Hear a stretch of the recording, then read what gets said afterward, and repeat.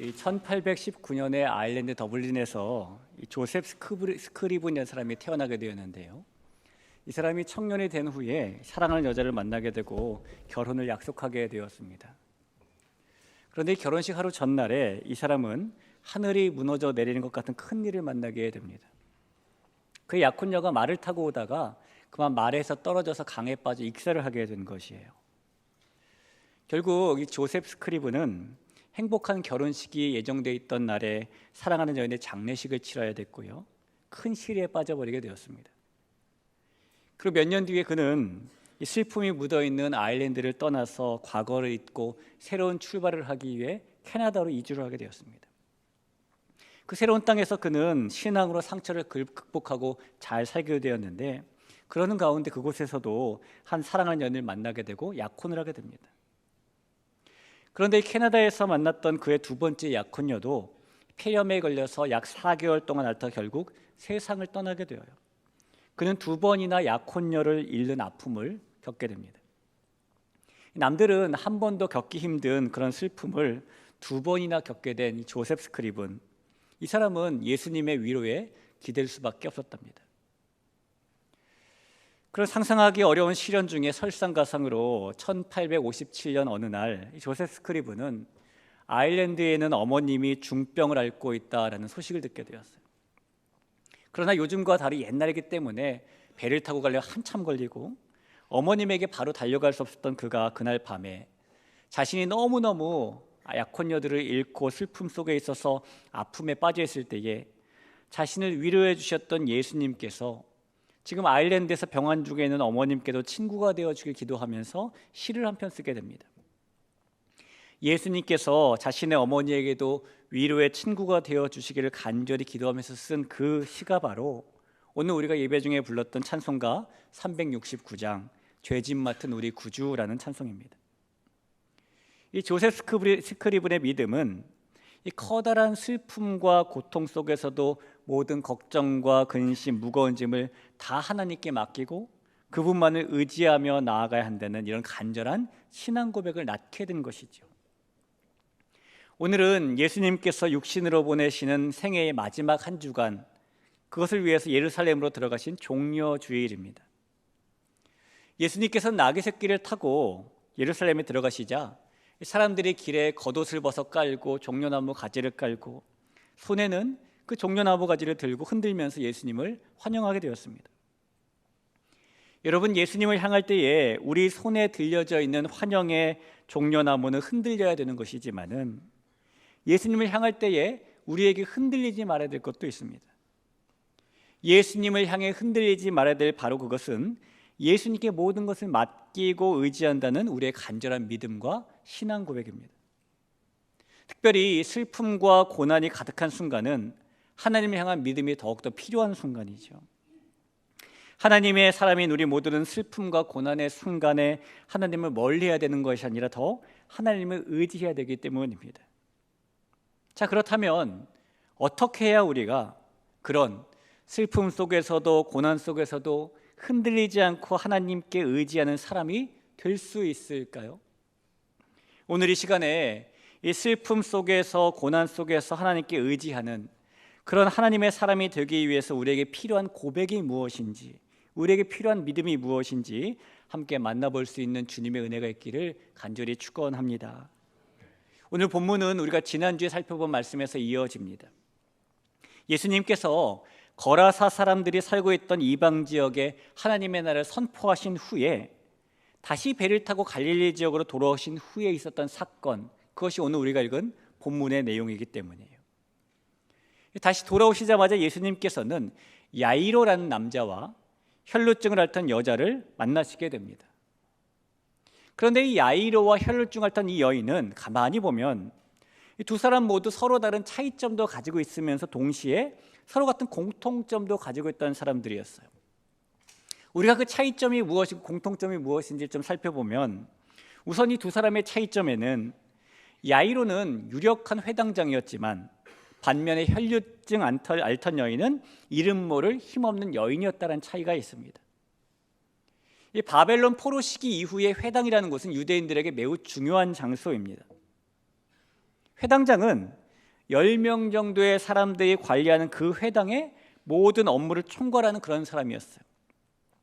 그렇기 때문에 당연히 자연스럽게 회당장에게는 영향력이라게 생기게 되었고요.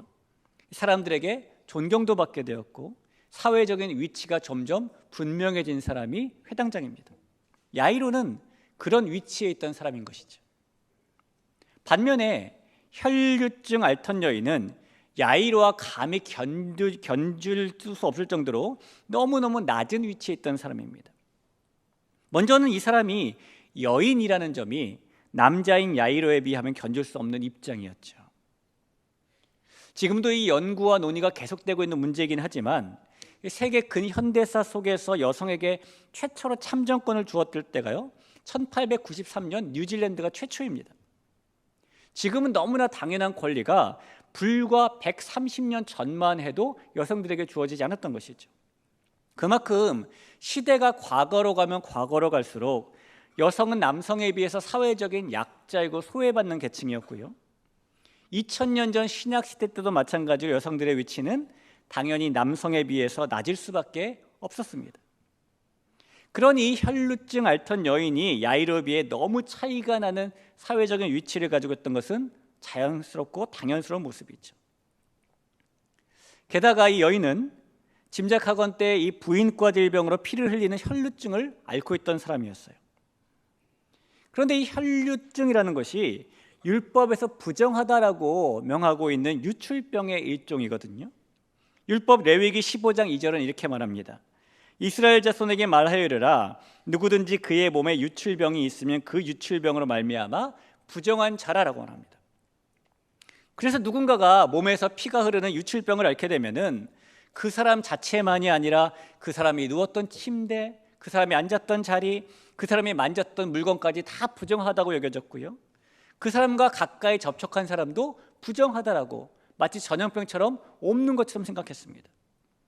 그러니 혈류증 걸렸던 이 여인이 앉았던 자리, 누웠던 자리, 접촉했던 모든 것도 사람들이 다 기피했겠죠. 이 여인은 그녀의 몸에 닿은 것도 그녀가 손댄 것도 사람들이 더럽다고 만지지 않으려고 할 뿐 아니라 사람들이 가까이 하려고도 하지 않는, 과거 우리나라로 비교하자면 이 부정탄다고 재수없다고 소금 뿌리는 그런 취급을 받았던 여인이라는 겁니다. 이 야이로와 혈루증 앓던 여인은 어떻게 보면 성경의 한 지면에 같이 등장할 수 없을 정도로 큰 상반된 차이점을 갖고 있던 사람들이에요.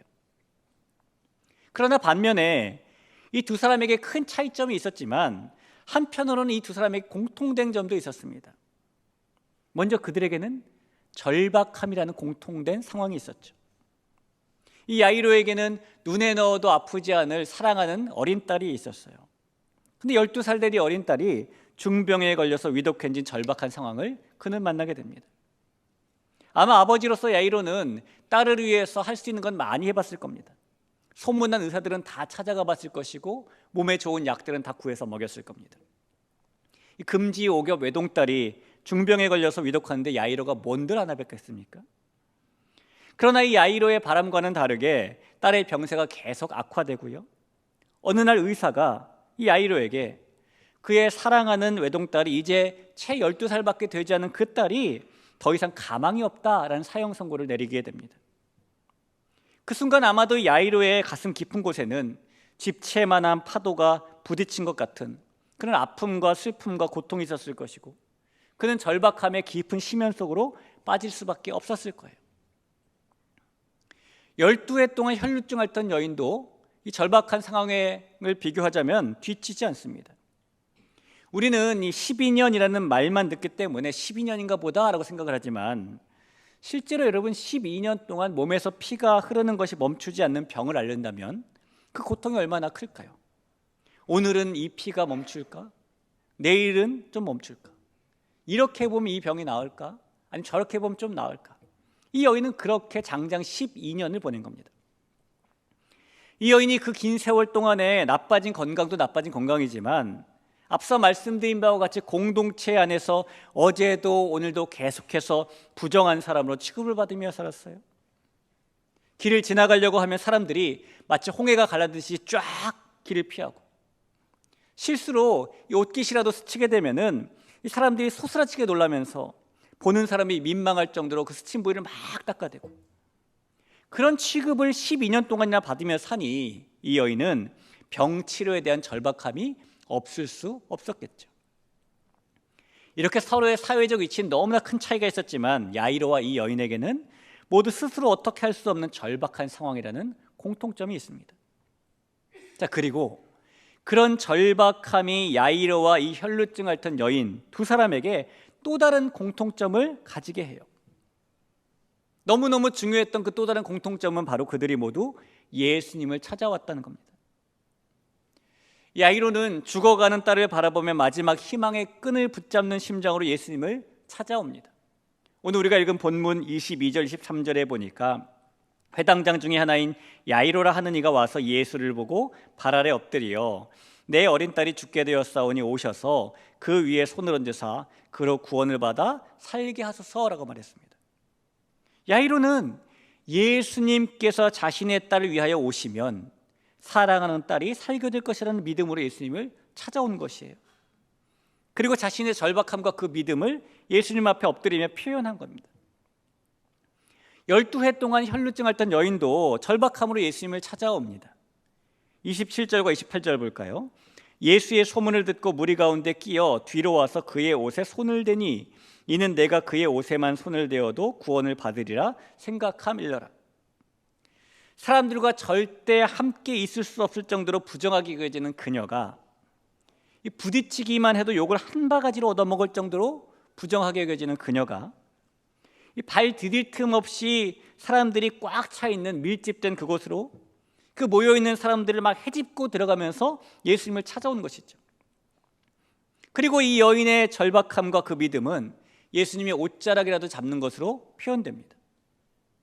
이렇게 야이로와 이 여인에게는 예수님을 찾아왔다는 공통점이 있어요. 자, 그런데 여러분, 이 두 사람이 절박한 상황 속에서 예수님을 어떤 심정으로 지금 찾아오고 있을까요? 이들에게는 이런 믿음이 지금 있습니다. 야이로에게는 예수님께서 죽어가는 내 딸을 위해 주시기만 한다면, 예수님께서 죽어가는 내 딸을 위해 주셨으면이라는 믿음. 이 여인에게는 예수님께서 혈루증 걸린 나를 위해 주시기만 한다면, 예수님께서 혈루증 걸린 나를 위해 주셨으면, 이런 믿음이 지금 있습니다. 그 믿음을 가지고 지금 예수님께 나온 거예요. 이 많은 사람들은 상황에 따라서 믿음에서 의심으로, 의심에서 다시 믿음으로 그렇게 왔다 갔다 하는 마치 흔들리는 추위에 매달린 것 같은 믿음을 가지고 살아가기도 합니다. 그래서 어떤 사람들은 절박할 때는 예수님을 찾고 예수님 앞에 무릎을 꿇고 예수님의 옷자락이라도 붙잡지만은 그렇지 않을 때, 절박하지 않을 때에는 이미 안정감과 평안이 주변에 충분히 갖추어졌기 때문에 자신에게만 치중하고 믿음의 필요성을 별로 느끼지 않고 살아가기도 하죠.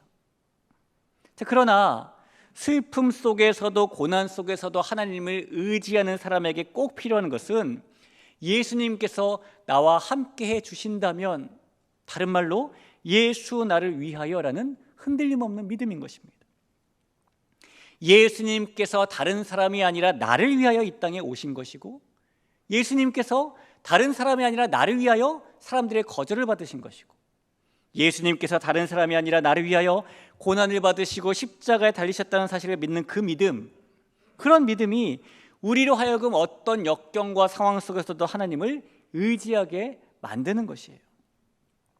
여러분, 성경에는 오늘 야이로와 이 혈루증 앓았던 여인이 가졌던 믿음과 동일한 믿음을 가진 사람들이 여러 명 등장하게 됩니다. 가장 대표적인 사람이 요셉일 것 같아요.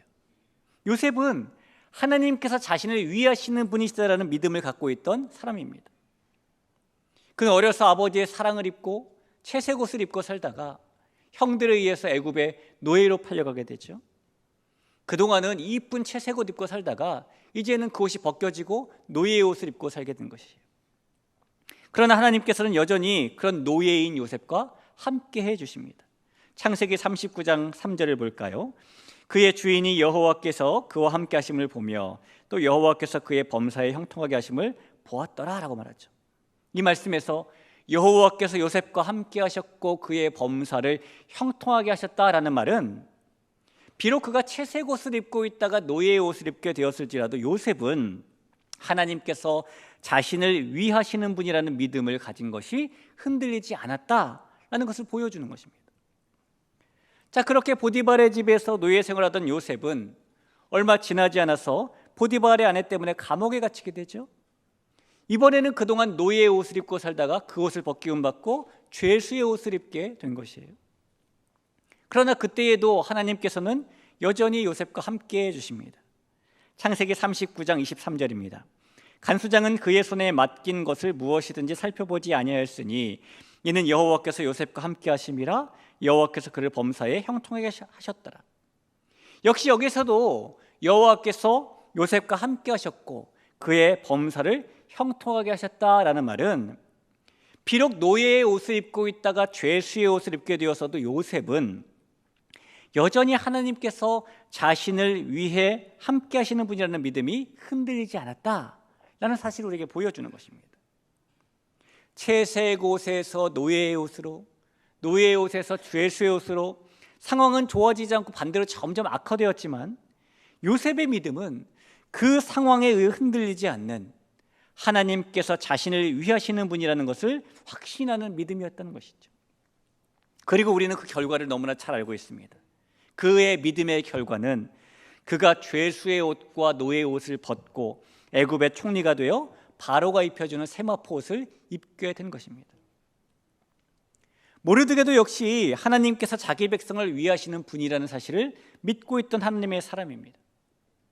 하만의 계략에 의해서 유다인들이 멸절될 위기를 만나게 되자 모르드게가 대궐 문 앞까지 찾아가서 굵은 베옷을 입고 머리에 재를 쓰고 통곡을 하면서 에스더와의 접촉을 시도합니다. 그리고 모르드게는 유다인들의 상황을 에스더에게 알리면서 왕후인 네가 아하수에로 왕에게 나아가서 우리 유다인들을 살려달라고 간절히 구해봐라 라고 요청했어요. 그런데 여러분, 그때의 에스더가 한 번에 예라고 대답하지 않지요.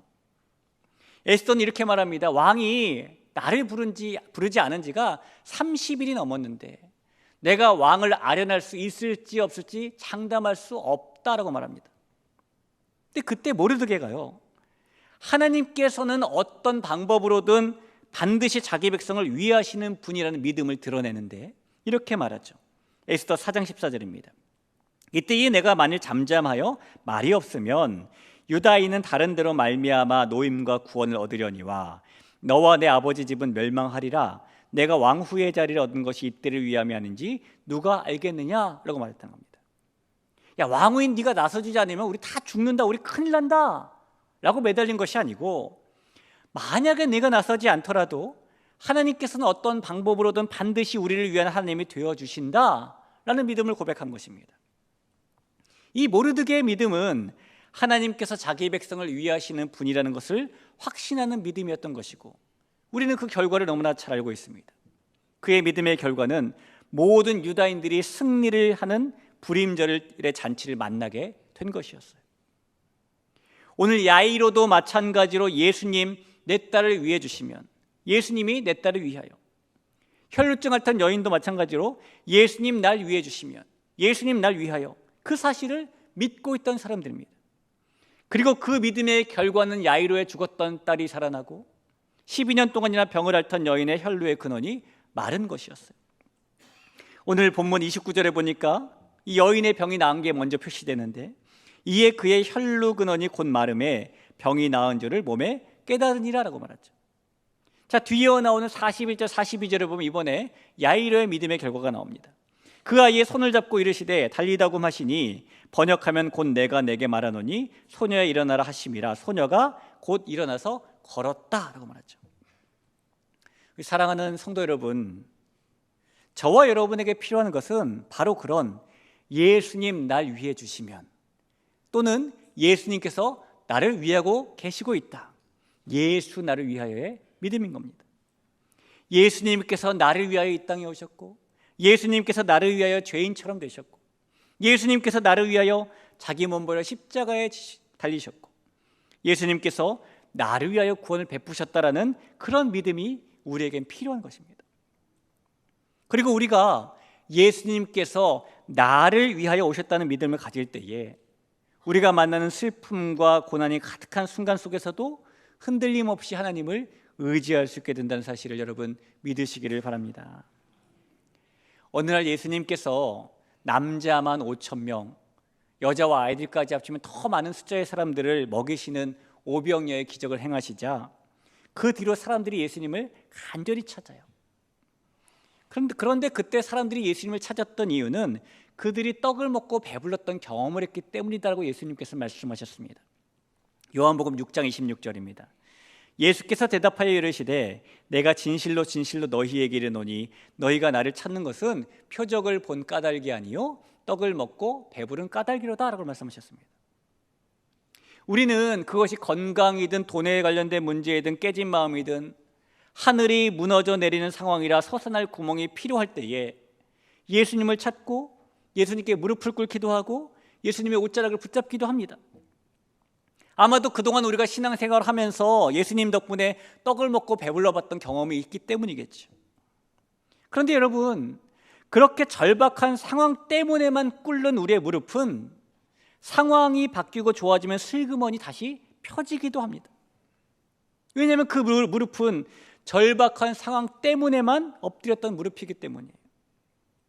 하지만 여러분, 이런 절박한 상황 때문만이 아니라 예수 나를 위하여라는 믿음 때문에 엎드리는 무릎은 상황이 달라진다고 해서 다시 펴지지 않습니다. 그래서 우리에게는 예수 나를 위하여, 예루살렘으로의 입성도, 골고다 길로의 걸음도, 십자가의 못 박힘도 나를 위한 것임을 믿는 믿음이 필요한 것입니다. 이 믿음은 우리가 너무나 절박해서 지푸라기라도 잡는 심정으로 매달렸는데 정말 손에 지푸라기밖에 안 잡혔어도 여전히 흔들리지 않는 그런 믿음이에요. 성도 여러분, 우리나라 속담에 자식 둔 고른 호랑이도 돌아본다라는 말이 있답니다. 짐승도 자기 새끼를 돌본다라는 그런 뜻인데, 예를 들면 초원에 사는 맹수가 자기 새끼를 천적으로부터 보호하기 위해서 심지어는 한 달 동안 굶으면서 자기 새끼를 지키는 일이라든지, 어떤 물고기가 역시 새끼를 위하여서 알이 부화될 동안에 천적으로부터 알을 보호했다가 새끼들이 부화하면 자기 몸을 먹이로 내어주는 일이라든지, 아니면 사람도 자기 자녀를 위해서 무엇이든지 해주며 돌본다든지, 그렇게 누구나 다음 세대 자녀를 사랑하겠죠. 성도 여러분, 성부 하나님, 성자 하나님, 성령 하나님, 이 하나님께서는 우리를 위하시는 분, 바로 나를 그렇게 위하시는 분인 겁니다. 이사야 49장 15절에 보니까 이런 말씀이 있습니다. 여인이 어찌 그 젖 먹는 자식을 잊겠으며 자기 태에서 난 아들을 긍휼히 여기지 않겠느냐. 그들은 혹시 잊을지라도 나는 너를 잊지 아니할 것이라. 오늘 야이로가 그리고 혈루증 앓던 여인이 가졌던 예수 나를 위하여에 흔들리지 않는 믿음이 바로 우리가 가져야 될 믿음이라는 것을 여러분 기억하시기를 바랍니다. 이 미국의 16대 대통령이었던 에이브러함 링컨은 대통령 취임식에서 이런 말을 한 적이 있어요. 우리가 당하고 있는 여러 가지 난관을 극복해 나아가려면 지혜, 애국심, 기독교 정신 등이 절대적으로 필요하지만 무엇보다 필요한 것은 이 나라를 끝까지 버리지 않고 지켜주실 하나님을 굳게 믿는 믿음입니다 라고 말했습니다. 참으로 오늘 우리에게도 필요한 말이라고 여겨집니다. 특히 우리가 슬픔과 고난이 가득한 순간을 만났을 때에 하나님을 향한 믿음은 너무너무 우리에게 필요한 것이죠. 그리고 우리는 그런 슬픔 속에서, 고난 속에서 야이로와 혈루증 앓던 여인이 보여준 예수 나를 위하여라는 그런 믿음을 가질 때에 하나님께 의지하는 사람이 될 수가 있습니다. 예수 나를 위하여라는 믿음을 가진 사람, 예수님 나를 위해 주세요라는 기도 제목을 가진 사람, 그 사람이 바로 우리 모두가 될 수 있기를 주님의 이름으로 간절히 축원합니다.